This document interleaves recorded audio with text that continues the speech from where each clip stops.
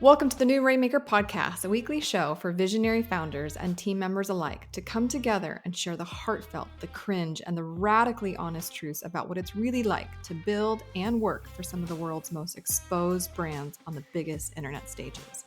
I'm your host, Veronica Romney, and after working for some of the biggest names in the online space myself, I've learned that it takes both leadership and dream team collaboration to truly scale a company to its greatest potential.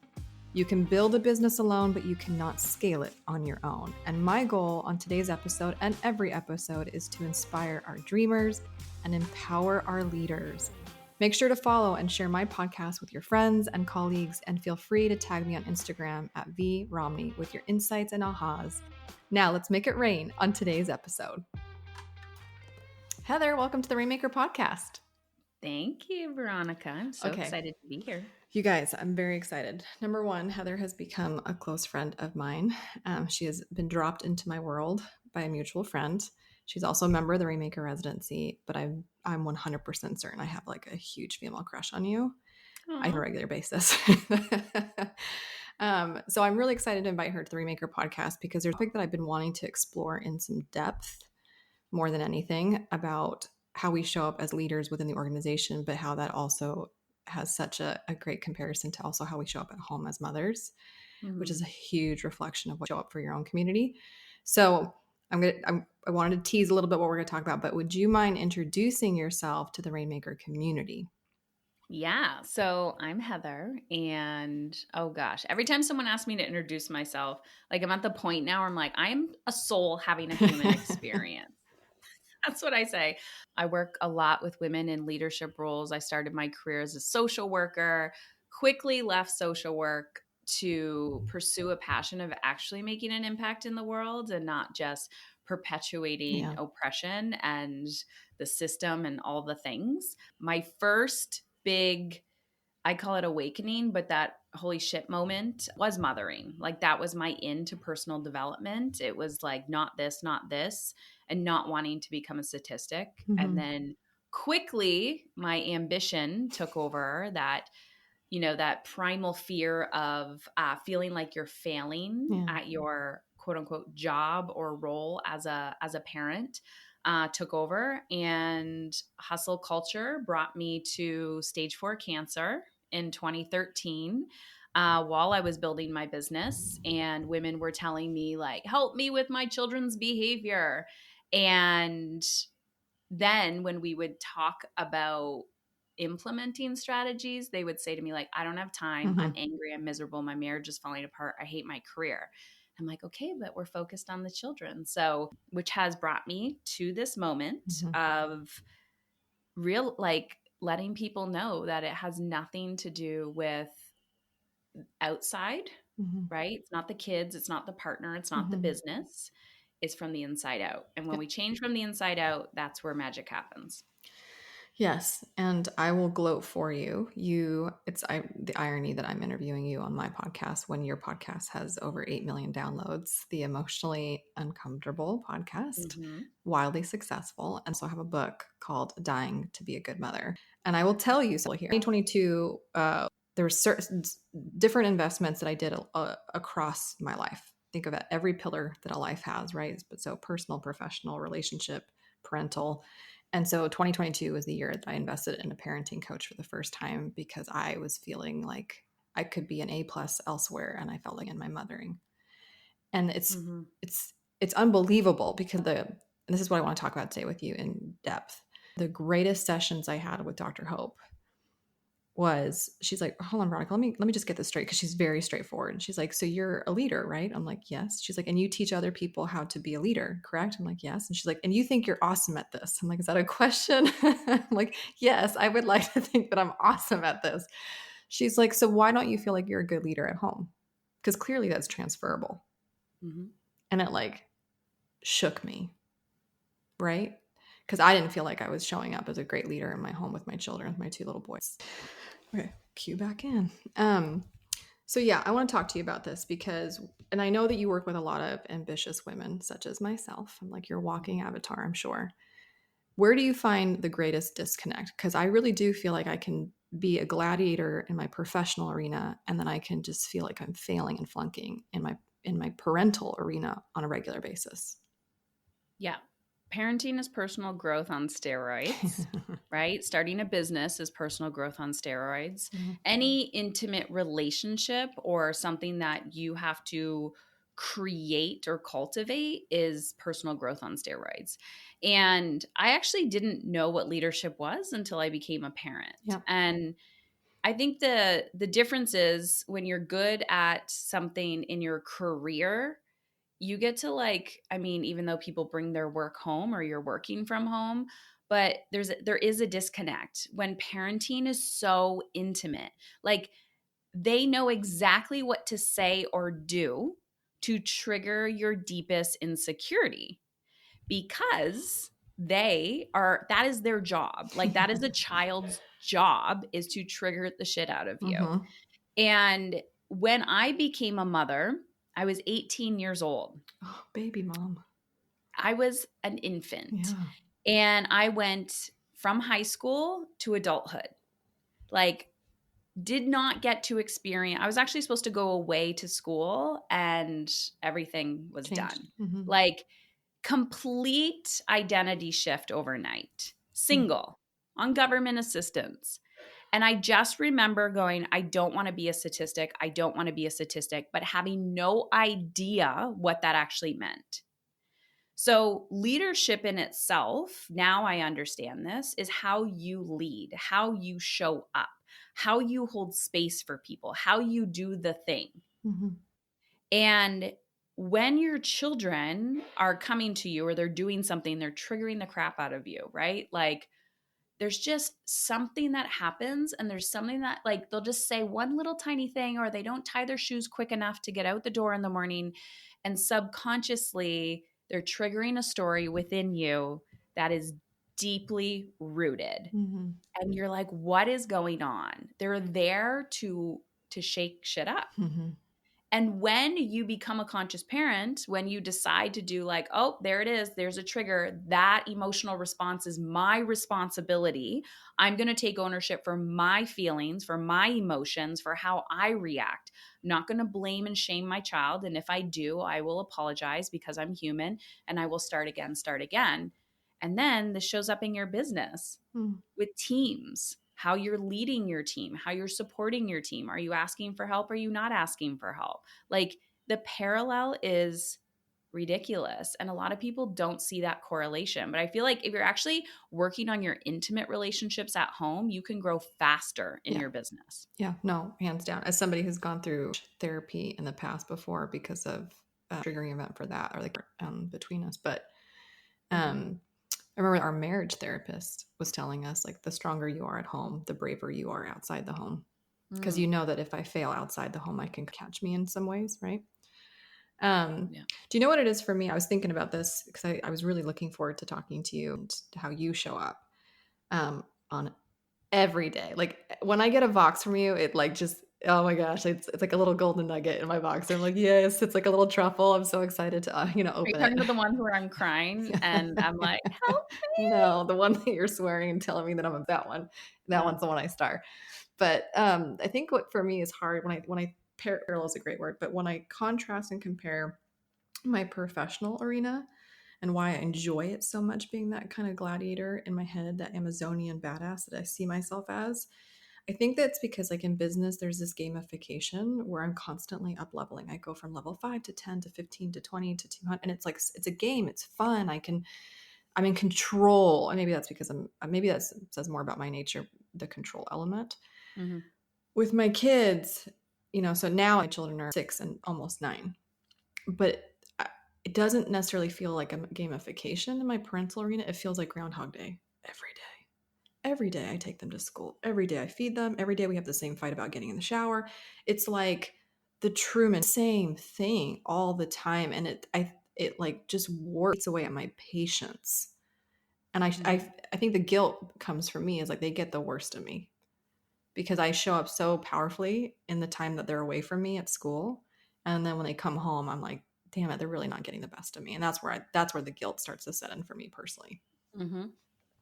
You're I'm not going to turn smiling. this into a session for you. You're smiling. But I know that I'm sharing what other women have shared with me before. So you can, 100%. yeah. And I think, one, parenting is humbling, Yeah. right? Because there's women who don't have children and they're like, I am on my game and I'm actually terrified to have children, or I don't Mm, know how I would fit them into my life because their work is so big, yeah. right?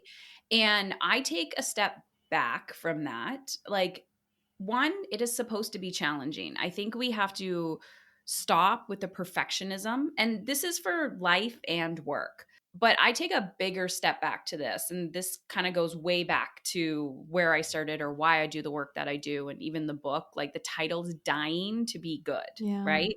Dying to be a good mother. And people think it's my cancer journey. It's actually how, as a woman, I was dying long before my diagnosis to be good for other people. I was dying physically because I neglected my physical body. Like, I don't have time for that. How many times do Mm, people say that? I don't have time to work out. I don't have time to go for a walk. I don't have time to see sunlight. I don't have time to feed myself. I mm, don't have time to drink water. Mentally, like, oh yeah, I'm just losing it. Like, we have these cultural conversations and stories over and over and over again that are like, oh, this is normal. It's yeah. normal to feel like shit, right? So, mentally, physically, emotionally, spiritually, we have been born and bred as women to not consider our needs at all. Always, And then yeah. when you do consider your needs, you get these passive aggressive comments of like, oh, must be nice. Well, that's because you have a partner. That's because your children are this age. That's because of this. That's because of that. That's so true. Yeah. Yes. So, backing up even more, I was noticing these symptoms in my life. Like, I went and got a freaking social work degree and became obsessed with mental health and emotional well being. And I went to the doctors, I went to the therapist, I did all the things, I read the damn books, and I still felt like I was failing. Mm. And when I got the feedback of like, suck it up, buttercup, this is adulthood, this is parenting, that little rebel inside of me that I'm so incredibly grateful for, that was like, not this, there has to be more. And Mhm. that's when I started jumping outside of this cultural conversation of who I needed to be as a mother, right? And how I needed to show up for my kids. And I started questioning things like, well, I want time to be with my kids, but I don't want to be a stay-at-home mom. Like, I Right. just can't do it. There's that part of me that wants to cultivate and create something, so I can't abandon that part of Right. myself. But when I, like, everyone is telling me who I should be. So you're doing that like push pull to both sides. Now, fast forward, like, I'm questioning all these things 9 years before my diagnosis. Okay. Mm. I start working with people and now they're telling me these things in secret. Like, Heather, I don't want to be at home, but like my husband wants me to be at home. And like, it, childcare is so expensive and all the realities of life. And then I get my diagnosis and I'm like, I'm done. Like, Mhm.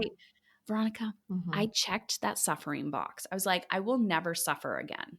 I can move mountains and I can feel emotional discomfort. I can feel physical discomfort. I will never actively choose suffering again to be good for anybody else. So then I started asking myself, well, if you don't want to feel dead inside, if you don't want to feel chronically fatigued, like burnt out, overwhelmed, depressed, like no money in the bank, how do Mhm. you want to feel? And the opposite of dead was alive. Mhm. So I want to feel alive. I want to feel energized. That's the freedom. That's literally what everyone is after. That's why they want more money. That's why they want more time. That's why they want more, more, more, more. But we're after a feeling. We're not after the thing. So if I can go after scaling my business, growing my business, making more revenue in alignment with how I want to feel, because actually how I want to feel is on my freaking to-do list and my calendar, that is sustainability. Mm. I will grow so much more and so much quicker. So if I want to feel connected to my children, my interaction is connection based. It's not the amount of time that I spend with them doing it out of obligation. If I don't want to feel guilty, what's the opposite of guilt? It's typically connection and love or whatever that is. And if guilt comes up, I look at it. I'm not like, guilt is always going to be there. But Mhm. I ask myself, is this mine? Or Mm. is this the cultural conversation of who I should Mhm. be? There's so much mixed in all of this. But I have found when I'm more sustainable in my personal life, I'm more sustainable in my business life. And I'm still giving 100% in both arenas, but I'm doing it in a more fulfilling way, if that makes sense. Yeah, well, and correct me if I'm wrong, if I'm misunderstanding what you're saying. I think also find 100% is changed because there's like the Pinterest mom 100%, right? Never me. But I'm saying, right, like how you define 100% is going to be different than maybe any other person that walks, Mhm. and find it. And then it's like you made the metric or the rubric to your own test so that you can ace it and feel good about it, as opposed to letting somebody else imply or put on you their test of life, if that makes sense. Yeah. I've also found that critical thinking skills are rare. Sure. And I've been testing this a lot in business lately. If someone wants to make $1 million in their business and I'm watching and observing them and I'm like, holy shit, they must be at like 10 million. Like it looks so big. And then I see a little bit behind the scenes and I'm like, my business is generating more revenue than them. How is that possible? Mm-hmm, mm-hmm. They have more, I don't know, I'm using this because everyone thinks social media is the end all be all for business. They have more Instagram followers. Sure. They have like a bigger presence. They're on every single podcast. Like they're everywhere. You see them everywhere. Why is my business generating more revenue when I'm doing less? And it's just my mind is blown because I will sit there and I go, one, how do I want to feel?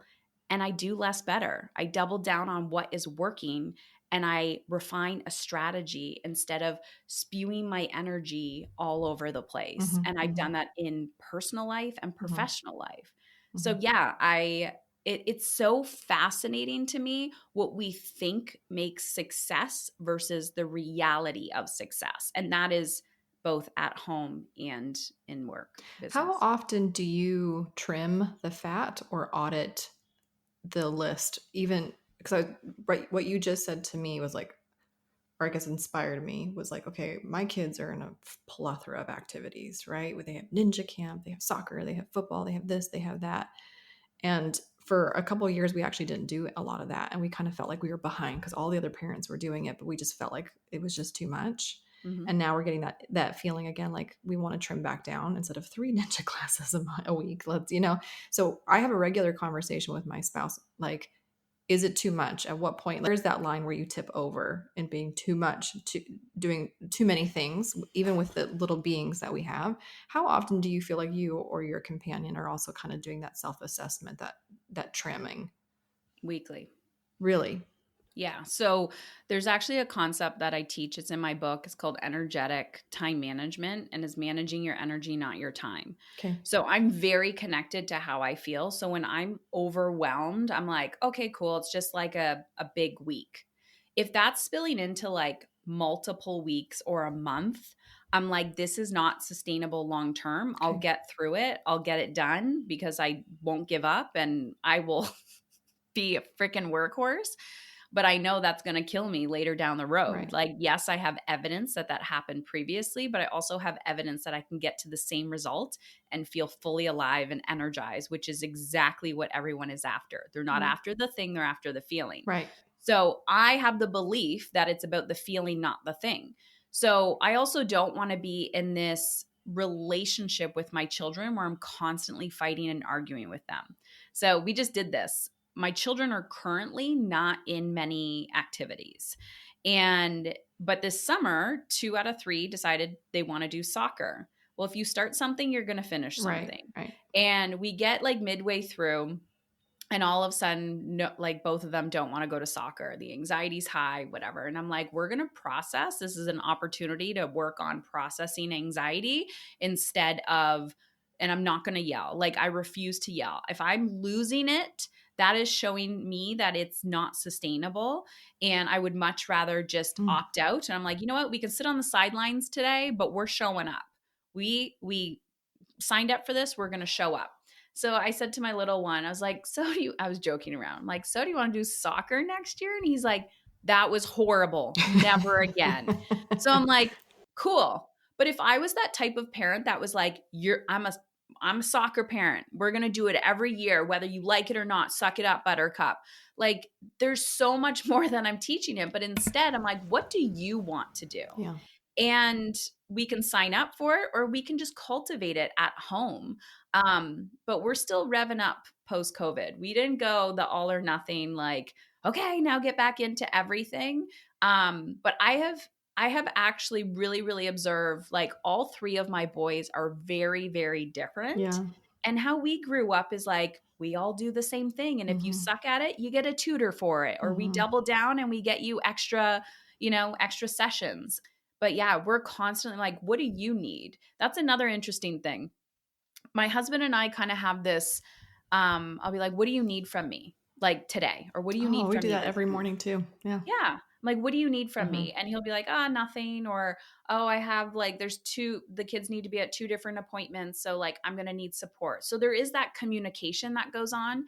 But usually every week it's me that's doing my energetic time management. Instead of trying to control other people's behavior, I welcome them into the conversation. But if they don't want to have the combo, I'm the one that will be aligned, and they can manage their own chaos that they've Mm. created from their lack of planning. That's really insightful. Thank you for doing that because my husband does that to me every morning. He does what's the one thing I'm excited for today, and what's the one thing I can do to help you today. Like it's just singular. After that, it just gets really overwhelming. List in my list. So something that you said that I love because you are one of the most self-aware people I probably have ever met and probably will ever meet. So the fact that you're like, I know if I feel like yelling or I actually know to me that like we're off, like everything's off, right? We're off kilter. Mhm. What is the equivalent to you that's sick at work as a leader? Because I that's probably the number one Achilles heel that I have at home is the yelling for sure. Like how many times do I have to say the same dang thing? Or like yes, so I resonate with that. I'm curious what you feel is your signal at the workplace when you feel that coming. What's the yell? So you actually helped me with this, or kind of planted that seed. I'm a visionary, Mm-hmm. and a visionary thinks very different. I'm just Very going to call them employee or a team member, sure. whatever their job is or their focus. Mm-hmm. For many, many years, I denied my visionary things, right? Like, one, it was looked down upon, I was different. So instead of pushing that part of me away, accepting it, I am supposed to be different than everybody else. Yes. That is my freaking purpose. That is my job. Mm-hmm. And I get triggered all the time from my team. Like, in my head, I don't think they move fast enough. I don't think they use critical thinking skills as good as I do. And I'm like, wow, that's so egotistical to be Sure. like, move faster, do this, da da da. And I'm like, but Heather, it's not their business, it's your business. And if they were as passionate about what you're doing, they would have their own business. Or if they had your drive, they would have their own business. So, what I have started doing is when I'm emotionally triggered, I sit with the trigger. I try not to react. Sometimes I still do, but very rarely. But I will. So again, that's my version of yelling, right, at work, because it's professionally inappropriate to Right. scream at Right. somebody like we feel safe to do at home once in a Sure. while, like we're shitting on the dog, right? And it's like, Right. so the emotional trigger comes in, and I take responsibility for it. So I'm asking myself, what is this? What are they triggering in me? Yeah. Oh, this person isn't doing the work, or my money stuff is being triggered. Like, I'm paying them and they're not performing. So then I stop, I write it out, take ownership. I try not to react in my red zone. So when I'm actually physically triggered, I will not have a conversation with the person. So then I get back in my green, and I will say, like, hey, just curious. Like, sometimes we talk about it. I'm not saying I was triggered by this, blah, blah, blah. I'm just curious. The deadline for this was like, it's Tuesday. It was Friday. Just curious what came up for you between Friday and Tuesday. How can we make sure this doesn't happen again? Do we need a project manager? Do we need a different software? Like, I'm just noticing you're not hitting deadlines. Are you stressed? Are you overwhelmed? Like, we have these conversations. Now, Mhm. I would say I'm a recovering rescuer, right? So Mhm. I'm sure you see this all the time, Veronica. Mhm. Mhm. Like, visionaries will move mountains by themselves Mhm. and take people with them and hold all their shit, right? So I identify as a recovering rescuer in the sense that I cannot do the work for somebody else, and they may or may not be in my company for a long time. I will show up for them. I will move mountains for people. I will say, what do you need? But at the same time, I cannot hold space for you to miss deadlines over and over and over and over again. Like that won't be sustainable, and your place here won't be held anymore. Mhm. So I have had to learn to, I don't want to say hire quick, fire quick, but I've had to learn to not let my emotions get the most of me, Mhm. which is why when I'm like, something is keeping me up at night, I'm stressed about it, then I have to go to my friends and colleagues and be like, is it me? Is it them? Is it us? Like, what is going on here, and get an outsider perspective. It's the exact same thing as what you should be doing at home. Is it me? Is it my kid? Is it us? Is it me? Is it my partner? Is it our marriage? What is going on here? But how I lead is I take ownership. I take ownership for my trigger, the story that it's telling myself, communicating. I do not avoid emotionally uncomfortable conversations. I have them quickly because that shit will eat away at you. Yeah. One thing that's like really resonating with me in this conversation is how you see yourself and your identity drives your actions. So like even when you got pregnant really young, you're like, I will not be a statistic. Mm-hmm. When you're with your children, I will not be the mother that yells. And then as a visionary CEO, I will not be the leader who operates in the red zone. I will not. Like it's non-negotiable. We will not be these things. Mm-hmm. And how much that has driven your actions and how you showed up as you process the things that are, happening around you or with you or with another, without disclosing anything that is, yeah. I've been on phone calls with you where I've actually seen you go into Zen, and I'm like, what? I'm not even in Zen. Like, what's happening? I I like was not it. in Zen. Well, It was you did a very good job. perceived Zen. I Yes. can tell you what I was doing in that moment. Well, from what I could tell, you're really holding your together. It was trapped inside my body. I could feel the red zone coming, Okay. and Well, then I witnessed that. I knew that my trigger was my hmm responsibility. hmm And hmm people are like, "Oh my gosh." People say this to me all the time. They're like, "You're just so calm." And I'm like, hmm that's your story and perception hmm of me. hmm Well, compared to the majority, But you have no idea what is going on the sure. inside, because that's like emotional regulation, right? Like, Yep. when you're afraid to talk to somebody because you're like, I'm just going to tell them that I can't go to their party tonight, or hey, we need to have a quick meeting, or whatever it is, and you're going to trigger them. You're walking on eggshells around these people, right? Like, hmm I say to my husband, I'm like, this is not sustainable. We need to have a conversation. And he's like, okay, cool. Because he knows we're going to talk about it. But hmm if I said that to my mother, she'd be like all anxious and whatever. Like, I'm hmm walking on eggshells around those people. I'm the type of person, like, you can say anything to my face. I will react the way I react. It will definitely leave an imprint on how I perceive you in the future and how I can communicate with you. But I'm just so observant of people where I'm like, Yeah, you I'm are. not safe to go there with them. Yeah. Or how do people make me feel? So I'm always reflecting on what did they trigger inside of me? And then I process it later. But that's none of their business in the moment. You have to remember, from my perspective, I work with a lot of visionary CEOs. They're all Walt Disney's, and everybody has different degrees of emotional regulation, right? Some are extreme external processors, where and that's the Voxer, right? The Voxer that we're just externally processing as we're walking. There's the CEOs who react very much in the moment, very in the moment, and then there's usually regret that follows that, right? So Mhm. I just see the whole rainbow of reaction and response. And so, yes, my interpretation is like, wow, she's really, I would say Zen, but I hear what you're I saying, think which there's is like, crisis intervention too. I had to learn that in social work. yeah, I work with some pretty vulnerable populations, and you yeah, could not showcase that you were triggered or scared. yeah, yeah. I will just say I was a witness to that in real time. And I was also a witness to your observation skills at the Biltmore in Asheville. Even when we were playing the game Werewolf, which is a social deduction game, watching people. It Pretending was that I so was funny. chronically fatigued and wanted to Yes. leave the table so that Yes, no but yeah, one you knew I was stayed. a wolf. Yeah. Guys, I don't even know what's going on here. Yeah. We'll be back with this interview right after the commercial break. Did you know that I have a free Rainmaker hiring kit? Skip the formal recruiting process and learn how to source Rainmaker applicants that are already connected to you. I'll show you how to turn a walking testimonial into a rockstar team member for free.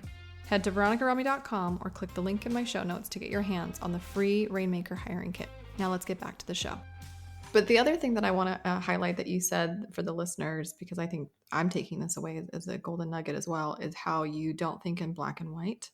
You're like, is it me? Is it you? Or is it the business? Is it the marriage? And I had heard this from another therapist just a couple weeks ago at a business mastermind I did in Savannah, where she works primarily with marital therapy sessions and things like that. But she was talking about, like, does this serve the marriage? Because the marriage needs to be served, right? So like the marriage almost has its own like personification, its own entity, its own personality in a way. Does this serve the business, which it has its own aura and life and spirit? Does it serve the marriage? Because when you make it about two individuals, we get lost in nuance, right? But the fact that you were like, you almost self audit, like I'm feeling the thing, the red zone's coming, I'm having an emotional reaction, I can feel it within my body. Yeah. And then you start to go through the checklist. Is it this? Is it this? And then it's almost like you funnel yourself. If it is me, I'm going to then do step 2. If it's him or them, then I'm going to go to another. Like, it's interesting how you do like this workflow in your Yeah, body. it's been pretty I've been at this, like this specific process for a good almost 10 years. Yeah. And it's become a part of my identity. But when I first started, it was so difficult to get to that point. Like people are always like, okay, I'm just asking myself, how do I want to feel? How do I want to feel? Like, it's what my clients say all the time. How do I want to feel? And they're like, that question is just groundbreaking to me. And it's common sense to me now. Like, that's where my brain goes to. Like, somebody will ask me to do something. And like, I was just invited to something last night, and I love this person dearly. And I didn't get excited about the Mm-hmm. invite. And I was like, is this aligned with where I'm Mm-hmm. headed? Is this aligned with my focus? And the answer was no. And then there was kind of a little bit of sadness and disappointment that I'm not going to create space for this. I'm choosing not to create space for this. And then there's a little bit of FOMO. And I'm like, I get to sit with my feelings. I get to sit and process this, because although part of it would be aligned with how I want to feel, in the bigger picture, it's not aligned. And Mm-hmm. that's like the people pleasing and the boundaries that are required. And we can do that in our personal relationships. Like, my children still need boundaries with me, my emotions still need boundaries with me, and that's where fulfillment happens, that's where joy happens. But it was just like, I just had to start asking myself that question. I didn't want to feel like shit anymore. So what was Yeah. the opposite of shit? Yeah. Alive. And Alive. then, yeah, now I have this whole workflow in my brain that You really happens when do. someone asks me a question. Yeah, it's fascinating. Can I circle back to something that you said earlier? I wrote it down because you would use the word triggers, and this is a word, and I don't know if it's just because the last couple weeks that we've had, as everybody knows on teams, Q4 is usually a very stressful quarter. It's the Mhm. last major quarter for you to grab as much revenue as possible to close out the year, to hit your goals, to pay your bills, so a lot of teams are feeling that fire with the temperature going up for sure, and the discomfort of, like, right, high expectations. But you use the word trigger, and I've been on a lot of conversations, a lot of power hours or genie sessions or whatever, in different contexts with different duos, CEOs, rainmakers, different team members, and the word comes up a lot, trigger, Mhm. where despite the greatest, kindest, most generous intentions or intentionality, we, in the course of being humans, trigger one another on a very frequent basis. And like what you were saying earlier in the conversation about your children, daily, hourly trigger me. It too happens very frequently in the workplace, Mhm. in some seasons more than another. So just because you've done such a phenomenal job at workflowing your emotional regulation, how do you process workplace triggers, and are there transferable lessons and skills from how you handle your children's triggers that you take into your workplace triggers? Because I'm really curious how you compare the two. So I love this question because You're smiling. I teach people how to treat me, Okay. and I create the culture in my company. Okay. So I don't tolerate a lot of reactivity in my life, professionally or personally. If I know that I don't want to experience something, I have to ask myself, how did I get here? So let's say Q4, for example. I've Yep. been in business long enough to know like the cyclical year, right? Yep. Yep. Q4 is stressful. If you want to hit your goals, blah, blah, blah. Great. Record everything, have your debrief, and then watch it before Q4 next time. You can get ahead of so much of your trauma, like not trauma, it is traumatic. You can get ahead of so much of your stress. But Yeah. when you have a core belief that shit is supposed to be stressful, it will Yes. be the self-fulfilling prophecy and Yeah. you will Hmm. manifest it. Hmm. So when I had my book launch, March of 2021, again, I'm like, bring it. The most easy thing. I was so prepared. It was like I Mm. trained for that race. I could not believe how easy it was, how easy it felt, to the point where I was like, what am I missing? What am I doing wrong? Mm. And It's too the easy. feedback I was getting from the outside in was like, "Oh my gosh, are you okay? You must be so burnt out." And I was like, Mm. what is going on here? I prepared for that moment for 2 years. So, do less better. Observe how did you get here? And again, it's you have to take some responsibility that, let's just be honest, you're probably a little addicted to stress and adrenaline, Mm. and you secretly love that high, which is why, my love of endurance races and Yes. getting people to do emotionally uncomfortable things that you may do with me. I started trying to get that high outside of my business, because I can still hit my revenue goals without burning out my team. Remember, if I'm a visionary and I have a lot of mental, emotional endurance and big visions, most likely my team is not going to be able to operate at the level that I want to operate at. So I had to get that feeling outside of my business, so that when I'm in my business, I'm personally not burning everybody out and it's sustainable. That is probably the smartest thing I've ever heard you say, ever. You're so welcome. No, like for reals. Because I think not I think, you are 1000% spot on. Because it went back to what I was saying about my business being a game, and the gamification and the rush of beating my own PR. Like, ego here on my part, or pride on my part. I pride myself on the fact that I don't compare to anyone else. I've never actually been that way. Even when I ran cross country, I really don't care what this person or this person's doing and what they're clocking in their 5K at. Mhm. I just always wanted to beat myself. That's just how I'm kind of like Yeah, we're so built wildly competitive with self. with myself. Yeah. Yep. But knowing that about my nature doesn't mean that other people possess the same nature, and it's not their business, to your point. So if I look at my business, like I'm always wanting to PR. I've always wanted to do that personal record, that best record. I'm going to like have a a wake of human collateral Mm-hmm. behind me. Mm-hmm. Or I acknowledge and recognize, which is what you're so gifted at doing, is being hyper mindful of yourself and where you're at. And you're like, you know what? I crave this. My body and my soul needs this. I'm not a mistake. I wasn't born a mistake with these ambitions. And this is just the drive that has taken me thus far. I acknowledge and I celebrate that about myself. But I need to find that high potentially outside the walls of the business, so that I don't hurt the people within the walls of the business. So I will give you, I don't know where I discovered that concept, but I remember one time I've heard other wildly successful people say that, especially in the endurance world, like when they are doing things. And I just recently can say I'm an athlete. I don't identify as an athlete. I was never athletic as a child. I will be the last one in a race. It's the mental game for me that I love. And Yeah. it actually gives me more confidence, because when you complete something that you didn't think you were capable of doing, when you show up to your work or business, you're like, this is easy, right? Like, this is Mm. so freaking easy. And you actually grow your business without burning out, because you're Mhm. doing that outside of your business. I had a conversation with a friend once, and she blew up her business, and I was watching her do this, and her Mm. health was deteriorating, and she was attracted to, like, she kept asking me questions, and I was like, I'm just going to give it to her straight. I said, you're seeking Love it. something and you're seeking it inside of your business. And this is why it's not working and you're blowing shit up. And now, because your health is deteriorating, your business is not sustainable, you don't have the right team in place, you stress your team out to the max, everything has crumbled and you have to start from ground one. And you're actually thinking about selling your house and living in an RV because you're terrified you're going to lose it all. I said, you don't know how to manage your fear. It's manifesting in your business. Everything's going to blow up.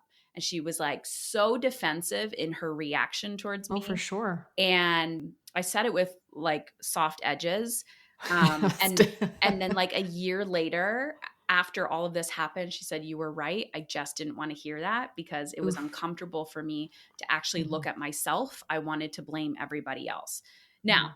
if I go swing this back to parenting, when I started my business, like, first of all, my life purpose was mothering. High school, mother. Purpose, great. I have a purpose, raise this human. My purpose was to be a mother. Then what happens when your child, I'm using air quotes, child, team member, whatever, business, is not performing the way that you want? You feel like you're failing. So I was like, I need purpose outside of mothering. So now I'll start a business. Okay, now my purpose will be in my client's success. Now my purpose will be in how much money I can make. Oh crap, I'm still doing it. Okay, now my purpose needs to be outside of that. Your purpose, the energy, whatever you want to be fulfilled with, is not going to be found in your personal life Mm. or your professional life. It is essentially how you feel, which is how you treat yourself outside of the roles and hats you wear. Like when people say, my me time is running my business or running like, going to the grocery store, like all these jokes people make, I'm like, that's actually not for you. That is still somebody else. So when I'm serving myself, like whether it's like, oh, I want to go on this adventure, or I want to do this thing, or I want to go for a walk, or I want to go to the gym, because I'm saying because I'm a woman, but because I'm so impact driven, whether it's personally or professionally, I have to think, how is this action of fueling myself? Because of course I feel guilty for doing these things, fueling myself, going to impact or influence every single human I come into contact with. So I will go to the gym and pretend in my brain that it's a business task. Mm. Well, if I feel better, then I'm going to have more energy when I have those Mhm. conversations with people. Or if I eat this meal right now that I have resistance around making because I quote unquote don't have time, I'm going to have more mental energy to focus when I'm with the kids after work. Everything I do is for a greater good. I have to literally play games with myself to not blow shit up around me. I just don't even want to say anything. Like that is like the best 5 minutes of a podcast I've ever heard. I don't know, like that. I don't, maybe because I'm personally having this huge, maybe this is what's happening, guys. Like in real time, I'm having this massive epiphany and I'm just sitting here and absorbing this sun, this buttercup that you love to say. What you shared gives so much more context, I guess. I don't even know if context is the right word so much, but it's like what I wrote down when you were talking was like your business shouldn't be the hardest thing that you do. Because if it's the hardest thing that you do, right, what does that actually mean? And then what happens when it doesn't fulfill you and it's the hardest thing you do? It's like a double hit to the soul. You going off and doing a marathon, because that's the kind of person that you are, or summiting a mountain X amount of times to the Mhm. equivalent of Everest, right? Like now you know hard, but it's a different kind of hard that puts other types of hard in relation to, I guess what I'm trying to say. It's like it's just better defined or in more context that like what you thought was hard was actually not that hard. It's like when my brother complains about being busy and I'm like, you're not married and you don't have children. Don't even come at me about your busyness. Like, and then you have 3 kids, 2 kids, a business, all the stuff. You're like, oh, now I know what busy is. Mhm. And then it gets, you know what I mean? Like you don't know what you don't know. You don't know how hard or how much you can suffer until you've suffered harder or done harder things. I never feel busy. Yeah. But it's a state of mind. Like I can have a Yeah. lot on my plate, but I don't ever feel busy. Like it's an Yeah. energy. I also don't believe in hard things. Like I love Glennon Mm. Doyle to pieces. I don't believe in hard things. It's every time I see a cultural trend, especially in the personal development world, like hustle. We all know the pendulum has swung to the other side. Now everyone's Yeah. writing anti-hustle books, right? So Yes. in 10 years, they'll be writing like I Yeah. cannot do hard things. The whole point is to me, I don't know what it is. I think maybe because I had to learn things rather quickly, like I had to start adulthood sooner. I'm Mhm. very observant of how people do things and why they do, or I don't know why people do things, but how they do things. And I was like, that wasn't hard today. Like, running a marathon is not hard when you, like, I pace the whole time. What was actually difficult was walking for that amount of time, right? It was it was emotionally uncomfortable, which is why my podcast is called Emotionally Uncomfortable. It's not hard to send somebody a DM on Instagram if you're doing sales outreach. Like, Mhm. I could send you a DM now and be like, "Hey, what's up?"